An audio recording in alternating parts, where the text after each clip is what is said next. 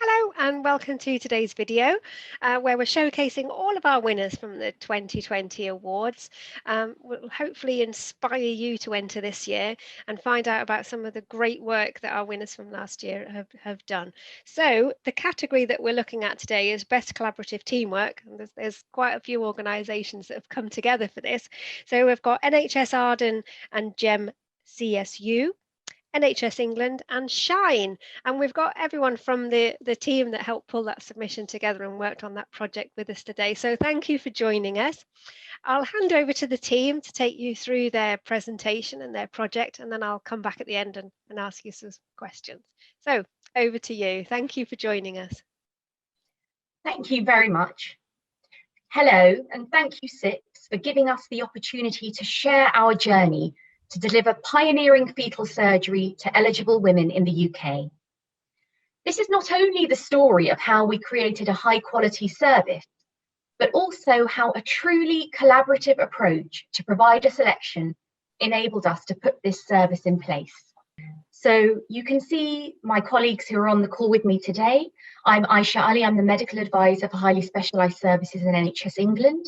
We have Nellie, who's a Senior Procurement Manager at NHS Arden and GEM CSU, Kate, Chief Executive Officer from Shine, and Bernie, the Commissioning Manager in the Highly Specialised Services team at NHS England. So what is Spina Bifida? Spina Bifida is relatively rare, with the most serious forms occurring in around 6 in every 10,000 births. When a fetus is developing, the neural tube is the name given to the tube-like structure that will eventually become the baby's spinal cord, brain, and skull. The tube normally closes at both ends and continues to develop and fold as the baby develops. A neural tube defect is where part of the baby's neural tube does not develop or close properly. This leads to the baby's spinal cord, which is the bundle of nerves running from the brain down the back, or the vertebrae, which is the bones of the spine, not developing as they should. This is the problem that leads to spina bifida. There are different forms of the condition, but the most serious are myelomeningocele and meningocele, which is where the spinal cord and nerve tissue are exposed on the baby's spine and bulge through a hole or area of thin membrane on the baby's back. As you can see from the picture, this often looks like a sac sticking out from the baby's back. So why is spina bifida important? Well, there are a number of problems that might be faced by a child born with spina bifida. These vary from child to child, depending on the site of the lesion and the extent of the damage to the spinal cord. The most common problems are controlling the bladder, and bowel continence can also be an issue. The circulation of cerebrospinal fluid, which is the fluid that buffers the brain and spinal cord, can be disturbed by a neural tube defect and can start to build up. This is called hydrocephalus and can increase pressure on the brain. Children also suffer from a slumping of the brain called a Chiari Ii Malformation.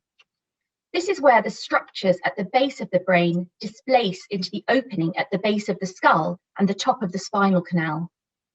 Areas of the body controlled by these parts of the brain can be adversely affected. Mobility is often also affected, and some children may have weakness or paralysis of their lower limbs. They may need splints, walking aids, or a wheelchair. So what was so different about this new treatment? Well, the outcomes for children with spina bifida have improved in recent decades. Surgery is carried out very soon after birth to close the lesion and reduce the likelihood of further damage or infection. Children are also supported with therapies and aids to improve mobility and receive treatments for hydrocephalus and continence issues. However, the effectiveness of prenatal treatment, where surgery is carried out to close the lesion before birth, has also grown over recent years. This is extremely complex surgery, which involves opening the womb, the uterus, closing the spina bifida lesion on the baby's back, and then repairing the uterus again. The surgical outcomes of this new technique and their potential impact on the quality of life for the baby are significant. For a carefully selected group of women and their babies, this surgery can significantly reduce the likelihood of developing hydrocephalus, leg weakness is less severe, bowel and bladder continence can be improved, and the abnormality at the back of the brain, the Chiari Ii Malformation, is often reversed or significantly improved. So how did we develop the service? Fetal surgery for spina bifida had not previously been commissioned in the UK. Following a review of the evidence by NHS England, we began work to commission a service to deliver this effective and innovative procedure. A service specification is the document that defines the standards of care expected of anyone providing the service. The specification was developed by engaging a wide range of stakeholders, including service users, clinicians, and providers, as well as a public consultation. Having an evidence-based service specification gave us the foundation to harness the collective expertise and energies of a wide range of stakeholders as part of the provider selection. Nelly will talk about this process now. Thank you, Aisha. As Aisha explained, collaboration was at the heart of this project. We engaged with a diverse set of stakeholders through a multidisciplinary working and established a very diverse project group comprising clinicians, contracting leads, procurement specialists, clinical experts, finance experts. We also adopted a holistic and targeted approach to procurement. Holistic because we looked at all stages of the commissioning cycle, not just at the tendering stage, and targeted approach because we really adopted a tailor-made attitude towards designing our procurement and our questionnaires. And I think this high level of involvement and transparency really helped to promote teamwork and build trust. So moving on to the design of the actual procurement process, it wasn't just a one-off act. We didn't just sit and said, let's design the process in this way. We looked at it holistically. We looked at the governance process, we looked at the engagement process, we built a procurement strategy, and we developed fit-for-purpose documentation. So this combination led to a service set up to deliver really high quality outcomes. In terms of governance, for example, it wasn't too light or too burdensome approach. We reported to a project group and sought approval from the highly specialized commissioning governance group. We engaged with the market and asked for a dialogue with them, and this really helped us to improve certain elements of the service before we published our documents. In terms of the procurement strategy, we were aware that we're dealing with a very specialist service with fewer cases, but with a very high requirement for quality. So we knew that there need to be at least 2 centers delivering this expert service. So in terms of documentation, I just wanted really to devote a whole slide on documents because this was a very key success factor for the entire procurement process. We found a good balance between standard and tailor-made documentation with questionnaires that are fit for purpose, linked to the service, not just standard or copy-paste approach to the questionnaires. We really looked at the service specification and worked together to design the appropriate questionnaires, the appropriate number of questions, and allocate meaningful evaluation criteria and weightings. And I think this was one of the key success factors for the procurement process.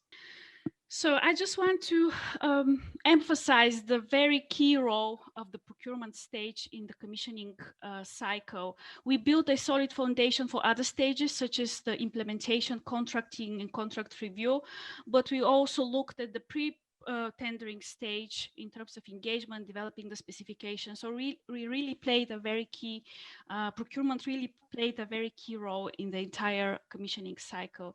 And this enabled us to tailor processes and deliver on our strategic objectives. Most importantly, this promoted a different mindset when it comes to procurement and collaboration in the NHS and outside the NHS. It showed that procurement can be used as a tool to work collaboratively. journey. And now I'll hand the floor to my colleague Kate, who will give you the patient perspective and how did we engage patient in this process. Thank you, Nelly. So to put it simply, this work has been an example of co-production at its best. Shine has experienced the positive impact that collaboration and engagement can have on us as a charity, but more importantly, of course, on the lives of women, babies and families. From the outset, the importance of each partner's clearly defined area of expertise and contribution was recognised. Everyone had been given an equal voice. Shine was able to bring the patient voice to the table, and we've been involved in the journey from the beginning. From the public consultation and informing the development of the service specification, through the process to select the service providers, to the setting up of the service and its ongoing implementation and review, which of course has helped to ensure continuous improvement. We also have the ongoing opportunity to discuss the challenges which aid solution-focused outcomes for the women we support. Shine's resources and information were used as a blueprint for the service's patient information. As patient representatives and a key partner, we've been consulted, involved and listened to throughout. We have been given a greater understanding and insight into the development and commissioning of services and have developed closer working relationships with the NHS. More antenatal settings and fetal medicine units are now aware of the support that Shine can give, and so are much more likely to refer women to us. Along with Spina Bifida Hydrocephalus Scotland, who've also been involved in the project, we've been able to provide parents to be with accurate and up-to-date information on prenatal surgery and the route that they need to take to explore the possibilities of accessing the surgery. We also support women emotionally should they opt for the surgery from their point of diagnosis and pre, during and post-surgery, thus complementing and supporting the service offered by the NHS. Our involvement has showcased the importance of and the difference that the patient voice can make in developing and delivering a high-quality, person-centred service by providing observation and feedback and asking questions to continually inform and shape this service, which can potentially give babies and their parents a much better quality of life and hope for the future. The service is delivering transformative outcomes, and Bernie will tell you a little bit more about that. We appointed 2 fetal surgery centres that demonstrated the achievement of excellent health outcomes, reliable assurance systems and delivery of safe, high standards of care. We used established geographic referral networks.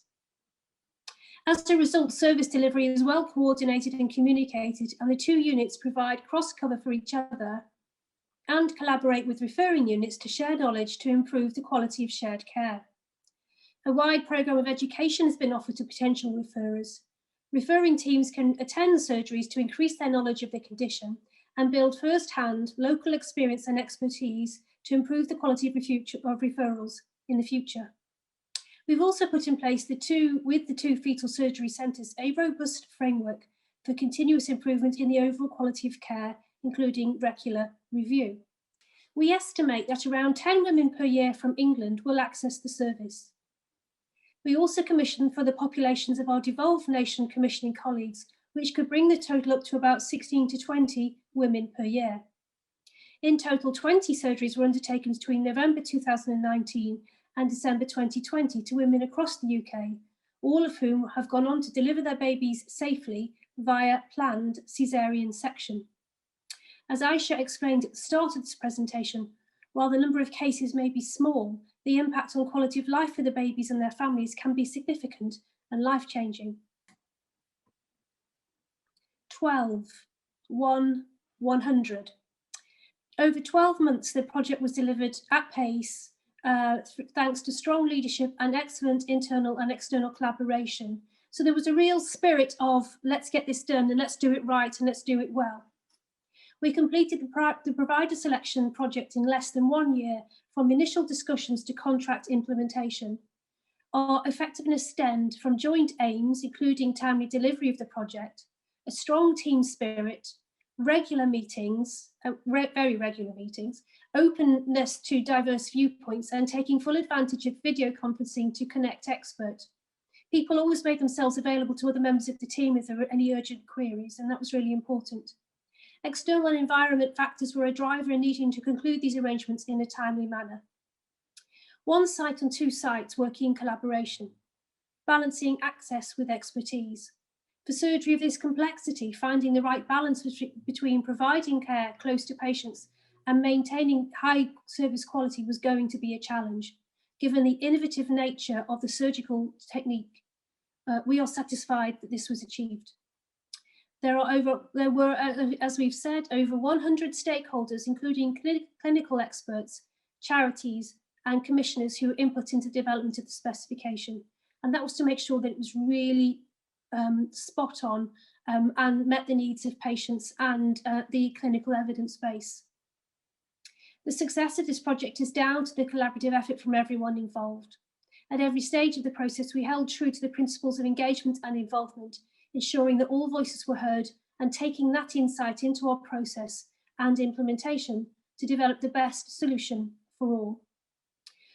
Holistic approach, we've talked about that a number of times. This was not just a discrete provider selection exercise, but a wide-ranging approach, including design, commissioning, mobilisation, and delivery of the new service, which involved key stakeholders at every stage.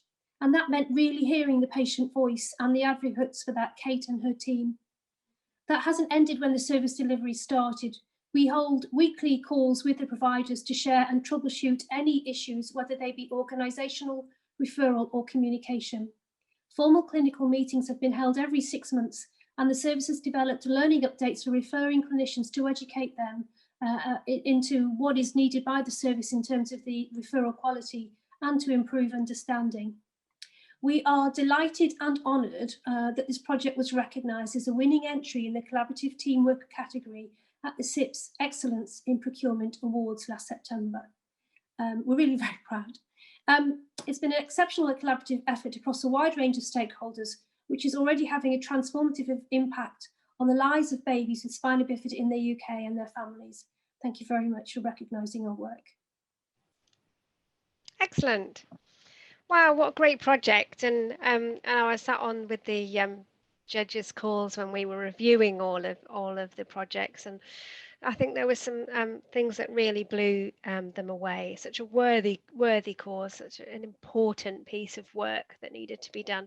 The innovation that was behind it, behind the project, and what great results were achieved in a short period of time. But a common pitfall that people make on this particular submission, I mean, the results and the project themselves are really important, but the way that you all work together, the way that you collaborated to get that done. That's really what the judges wanted to see, and you really made sure that you pulled that together in your submission, so well done. And there's a real sense of that through your presentation today, and the fact that so many of you have come on to talk about this project. So I mean, I guess you were used to working all together, so did you pull a project team together to decide to enter the awards and to pull the submission together collectively? Is that how it worked? Yes, so we really carried on with the spirit that we had started off in the actual concept and carrying forward in the commissioning of the service. And when the opportunity came to put together a submission for the CIPS Awards, it was like the Avengers reassembling. Yes. And so Nellie and Bernie, I have to give them full credit, led on pulling that together.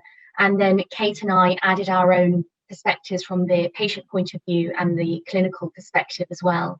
And we also fed into our wider teams as well, just to make sure that they felt that everyone's role had been properly represented. Excellent. And Nellie, I guess starting early and leaving yourself enough time was really important, I guess, not only just because there's so many different stakeholders to get involved, but I think that's probably good advice for everyone. Would you say it took more time than you thought?